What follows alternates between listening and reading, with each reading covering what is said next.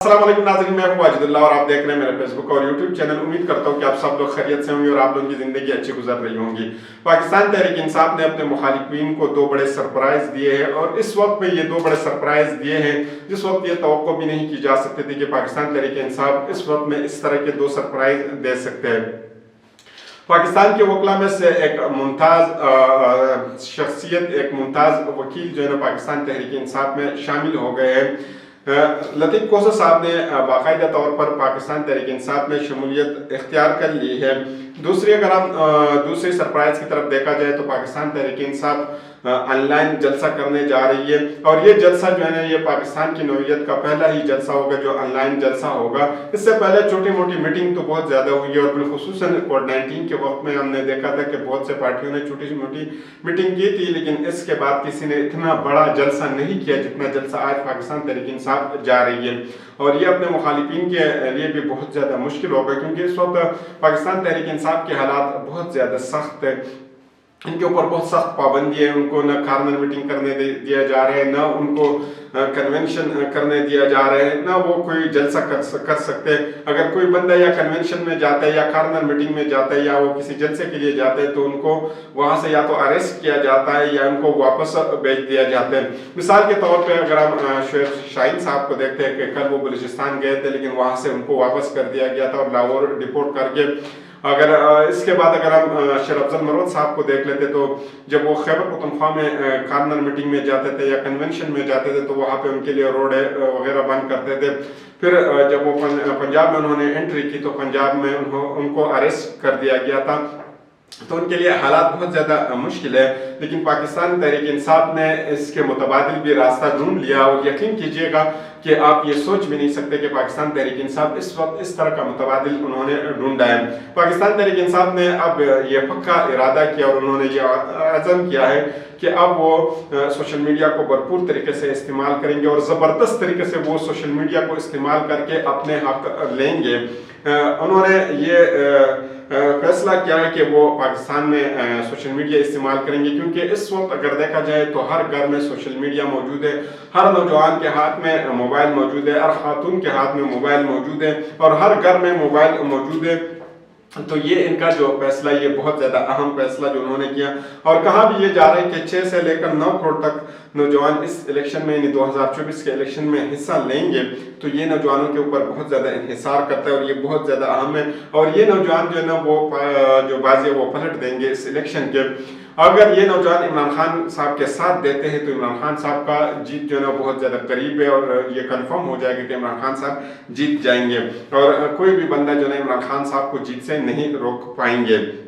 इस इलेक्शन में वो नौजवानों का बहुत ज़्यादा अहम किरदार होगा और वो अपने किरदार ज़रूर निभाएंगे। इस जलसे में मैं आपको बताता जाऊँ कि इस जलसे में अंदर इसके आखिर क्या असरात होंगे और इस जलसे में आखिर वो क्या करना चाह रहे हैं कि वो एक ऐसी न्यू जो टेक्नोलॉजी इस्तेमाल करके वो जलसा कर रही है पाकिस्तान तहरीक इंसाफ। इस जलसे में पाकिस्तान तहरीक इंसाफ की वो लीडरशिप जो रुखोश है इस वक्त और जो लीडरशिप बाहर है वो कोशिश करेंगे कि इमरान खान साहब के पैगामात सिर्फ पाकिस्तान में नहीं बल्कि पाकिस्तान से बाहर जितने भी पूरी दुनिया में पाकिस्तानी अवाम मौजूद है वहाँ तक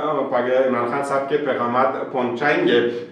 के और इसी जलसे से वो इलेक्शन कैंपेन के आगाज़ भी करेंगे। इस तरीके से इमरान खान साहब के जितने भी पैगामात थे वो आवाम तक पहुंच जाएंगे। मिसाल के तौर पे इमरान खान साहब ने जेल से जो पैगाम भेजा था वो बहुत ज़्यादा अहम था, वो भी आज जो है ना आवाम तक पहुँचाई जाएंगे। इमरान खान साहब ने कहा था कि इलेक्शन का तारीख आ गया है। इमरान खान साहब ने मजीद कहा था कि मेरे कौम इलेक्शन की तैयारी कर ले, मेरी सारी सियासत कौम की सरबुलंदी के लिए रही है। हम सिर्फ कानून की हुक्मरानी चाहते हैं। आइंदा इंतखाबात यानी 2024 के जो इंतखाबात ये जनरल इलेक्शन आ रहा है मैं किसी किस्म के कानून को हाथ में न लिया जाए, पुरअमन सियासी जद्दोजहद जारी रखे।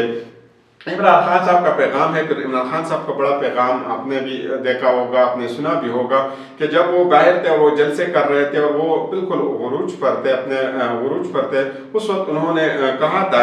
اور انہوں نے بہت بڑا پیغام بھی دیا تھا کہ عمران خان صاحب ہو یا نہ ہو میری قوم، آپ نے حقیقی آزادی کے لیے اپنی جدوجہد کو جاری رکھنی ہے۔ اور پھر عمران خان صاحب یہ بھی کہتے تھے کہ میں آپ کی آزادی کے لیے سب کچھ قربان کر سکتا ہوں، سب کچھ قربان کر سکتا ہوں، بار بار وہ کہتے تھے پاکستانیوں عمران خان صاحب جو ہے نا آپ لوگوں کے لیے تیار ہیں، اور جو آپ چاہتے ہیں وہ آپ لوگوں کے لیے کر سکتے ہیں۔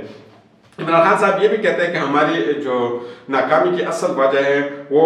پیغام رسول صلی اللہ علیہ وسلم سے دوری ہے۔ اس طرح کے بہت سے پیغامات انہوں نے دیے، اور آج کوشش کیا جائے گی کہ اس آن لائن جو جلسہ ہے اس میں یہ پیغامات جو ہے نا عوام تک پہنچایا جائے۔ یہ پاکستان تحریک انصاف کی جو لیڈرشپ ہے وہ آج بہت بھرپور طریقے سے کوشش کرے گی کہ یہ پیغامات عوام تک پہنچ جائے۔ اب دیکھنا یہ ہے کہ یہ جو باقی دوسری جماعتیں جو بالخصوصاً بڑی جماعتیں ہیں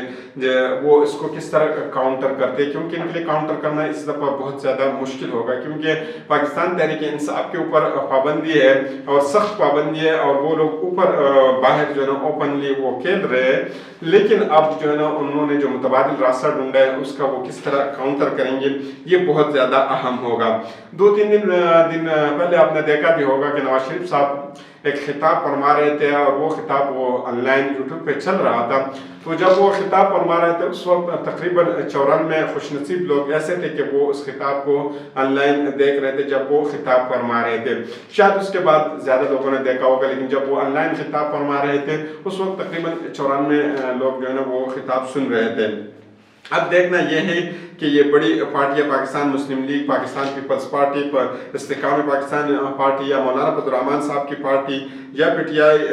پاکستان تحریک انصاف پارلیمنٹرین کس طریقے سے اس کا مقابلہ کر سکیں گے، کیونکہ وہ گراؤنڈ میں تو جا سکتے ہیں، عمران خان صاحب کے اوپر پابندی لگا سکتے ہیں، ان کے ورکر کو وہ اریسٹ تو کر سکتے ہیں، لیکن اب آن لائن کے ساتھ کیا کیا جائے گا؟ آن لائن وہ کتنے لوگوں کو وہ پکڑیں گے، کتنے جوانوں کو وہ اریسٹ کریں گے، اور بالخصوصاً جو ملک سے باہر لوگ ہیں ان کے ساتھ وہ کیا کریں گے؟ گراؤنڈ کی ریئلٹی کی طرف اگر ہم چلے کہ گراؤنڈ کی ریئلٹی اگر ہم دیکھ لیں کہ آخر میں گراؤنڈ میں کے اندر کیا کچھ ہو رہا ہے۔ ایک خاتون اینکر ہے، وہ ایک حلقے کے اندر گئی ہے، یعنی NA56 میں وہ گئی ہے، اور وہاں جا کر انہوں نے ایک بزرگ شہری سے پوچھا بابا جی آپ بتائیے کہ آپ کس کو ووٹ دینا چاہیں گے، یعنی کون سی پارٹی الیکشن جیتے گی؟ بزرگ شہری نے بہت خوب جواب دیا ہے۔ انہوں نے کہا کہ کچھ لوگ ڈرے ہوئے ہیں، کچھ لوگ سمے ہوئے ہیں، لیکن ان کے دلوں میں پھر بھی عمران خان بسا ہوا ہے، لیکن ان کے دلوں کے فریم میں عمران خان صاحب چمٹا ہوا ہے۔ انہوں نے کہا یہ جتنا بھی مرضی ہے پابندی لگا لے، لیکن نیوٹن کا ایک قانون ہے، اور نیوٹن کا یہ قانون کہتا ہے کہ جس چیز کو آپ جتنا دباؤ گے وہ اتنے فورس کے ساتھ واپس ابھرے گا، یعنی جتنا آپ اس کے اوپر فورس لگائیں گے اتنے فورس کے ساتھ وہ جو ہے واپس آئے گا یا ابھرے گا۔ انہوں نے مزید کہا ہے کہ آج کے نوجوانوں میں امید کی کرن نظر آ رہی ہے، انشاءاللہ اس ملک کو نوجوان سنبھالیں گے۔ جس طرح آغاز میں ہم نے آپ کو کہا تھا کہ نوجوانوں کے اوپر یہ ملک بہت زیادہ انحصار کرتی ہے، اگر نوجوان اس ملک کو سنبھالیں گے تو یہ ملک کافی آگے جا سکتا ہے۔ اور جو الیکشن 2024 کا آ رہا ہے 8 فروری جمعرات کو، پاکستان کے نوجوان پاکستان کی تقدیر بدل سکتی ہے۔ پاکستان کا مستقبل کے حوالے سے اگر ہم دیکھ لیں، پاکستان کے نوجوانوں کے ہاتھ میں ہوگا۔ بہت سے لوگ بڑے بڑے خدشات بھی کر رہے ہیں، بالخصوصاً پاکستان تحریک انصاف کو بہت زیادہ خدشات ہے، اور ان کو بالخصوصاً ڈیابو اور ROs کے اوپر بہت زیادہ خدشات ہیں، اور وہ کہتے ہیں کہ سپریم کورٹ نے جو فیصلہ کیا ہے اس فیصلے کی وجہ سے بہت زیادہ دھاندلی ہو سکتی ہے، اور گورنمنٹ کے بندوں کی بجائے اگر جوڈیشری سے بندے لیے جاتے ہیں، یعنی افسران جوڈیشری سے لے لیتے تو وہ بہت اچھا ہوتا۔ لیکن ایک چیز آپ لوگوں نے ذہن میں یاد رکھنی ہے، اور یہ بالخصوصاً آپ نے اس لیے ذہن میں یاد رکھنی ہے، اگر عوام چاہے تو کوئی کسی کا باپ بھی دھاندلی نہیں کر سکتا۔ یہ چیز ہم نے ضمنی الیکشن میں دیکھا تھا کہ ضمنی الیکشن میں، یعنی پنجاب کے اندر جو ضمنی الیکشن ہوئے تھے جب عمران خان صاحب باہر تھا